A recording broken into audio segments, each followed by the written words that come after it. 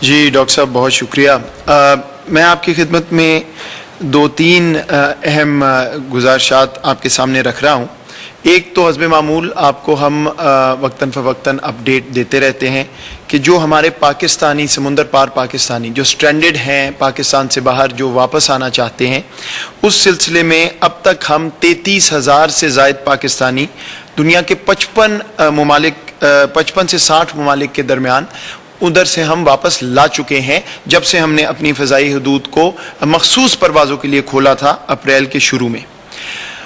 لگ بھگ 1,000 پیسنجر ایک دن میں پاکستان اس وقت آ رہا ہے، اور 1 جون سے لے کے 10 جون کا جو اب پیریڈ ہے، جو ہم نے اگلا شیڈیول جو ہے وہ شائع کیا ہے، اس میں لگ بھگ 20,000 لوگ پاکستان واپس آئیں گے. یعنی ہر روز 2,000، یعنی ڈبل جو ابھی تک ہم لا رہے تھے اس سے 2 گنا ہم نے اس میں اضافہ کر دیا ہے اپنی پالیسی کو دیکھتے ہوئے جو پاکستانی واپس آنے ہیں ان کے لیے.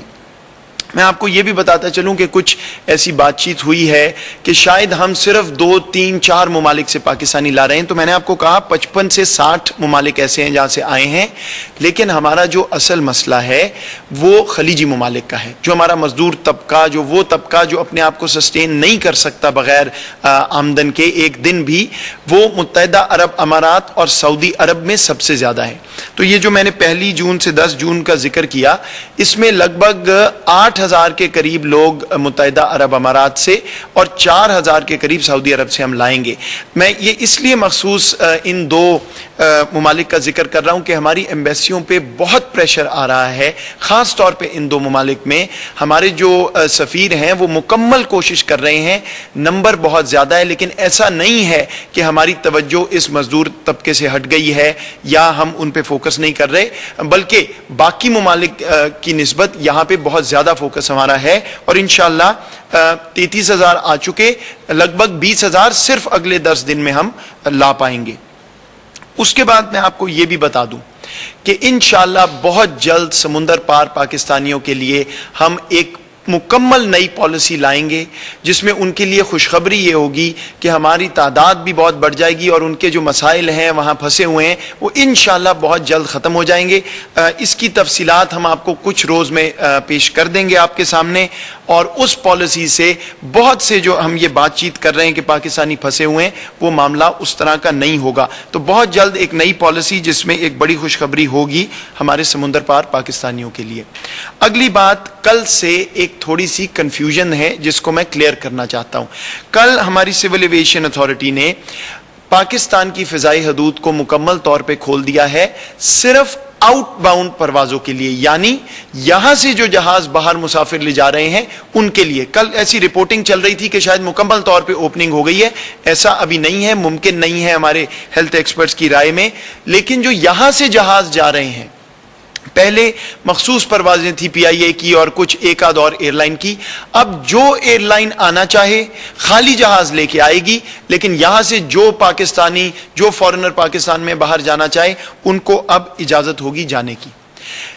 اسی پس منظر میں ایک سوال اٹھا کہ اس کا کیا منطق ہے. تو میں یہ واضح کر دوں کہ دیکھیے ہر فیصلہ ہو رہا ہے، ڈاکٹر ظفر مرزا نے ابھی آپ سے بات کی کووڈ کے پس منظر میں، تو یہ اندازہ لگایا گیا، پورا ایک کام ہوا، تجزیہ ہوا کہ کووڈ کے پھیلاؤ کا یہاں کوئی اثر تو نہیں ہوگا اگر ہم باقی ایئر لائنز کو آنے دیں اور اس پیسنجر ٹریفک کو کھول دیں. تو اس کا جواب ہے کہ نہیں، کیونکہ ان کا کرو بھی یہاں نہیں اترتا اور وہ صرف مسافر یہاں سے باہر جاتے ہیں. شروع میں معاملہ یہ تھا کہ دنیا کے باقی ایئرپورٹ، باقی ایئر لائنیں بند تھیں، تو کوئی منطق نہیں تھا کھولنے کا، کیونکہ ایسی کوئی ٹریفک آئی نہیں رہی تھی اور جتنا ہماری ریکوائرمنٹ تھی وہ PIA الحمدللہ پوری کر رہا تھا. یا باقی ممالک کو ہم نے اجازت دی تھی کہ اپنا جہاز لائیں اور اپنے شہری یہاں سے لے جائیں. اب وہ معاملہ ختم ہو گیا. اور ایک بات میں اور بھی واضح کر دوں کہ وزیر اعظم صاحب بیلنس کی بات کرتے ہیں، صحت اور اکانومی. تو ہمارا جو ایک ادارہ ہے سول ایویشن اتھارٹی، اس کے تمام جو ریونیوز ہیں، آمدن ہے، وہ ایئر ٹریفک سے چلتی ہے. تو اب ہمیں یہ بھی نظر آ رہا تھا کہ وہ ادارہ جو ہے مشکل میں جاتا جا رہا ہے، تو انہوں نے بھی NCOC کو درخواست کی. تو یہ تمام چیزیں سامنے رکھتے ہوئے یہ فیصلہ ہوا کہ اس میں وبا کے پھیلاؤ کا کوئی خطرہ نہیں ہے. اور اب باقی دنیا کے ممالک نے اپنی ایئر لائنیں کھول لی، ایئرپورٹ کھول لیے، وہ چاہتے ہیں کہ وہ یہاں آئیں اور پاکستانیوں کو اور فارنرز کو باہر لے جائیں. تو اس لیے ہمیں اس میں کوئی اعتراض نہیں ہے. تو کل کی اناؤنسمنٹ صرف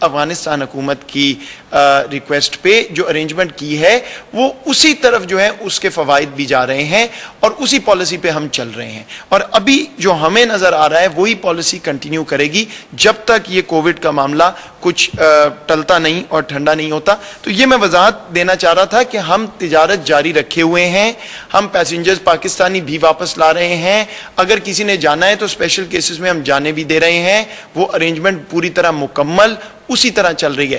لیکن جو ہم ایئر پالیسی میں بات کر رہے ہیں کہ ہم نے اور لوگ بڑھا دیے، شاید تبدیلی بھی انشاءاللہ جلد آئے گی، وہ فی الحال لینڈ بارڈرز پہ لاگو نہیں ہے۔ ہماری زمینی سرحدوں کی جو کیپیسٹی ہے اس کے مطابق جو کچھ ہم اس وقت کر سکتے ہیں، جو ٹریڈ فلو ہے، جو مسافرین کا فلو ہے، وہ اتنا ہی ہے جتنا ہم افورڈ کر سکتے ہیں، اور آبویسلی بات چیت کے ذریعے جو بھی اور اگر ہمیں کوئی اور چیزیں تبدیل کرنی ہے تو وہ ہم بات کرتے رہیں گے۔ آپ کی توجہ کا بہت شکریہ۔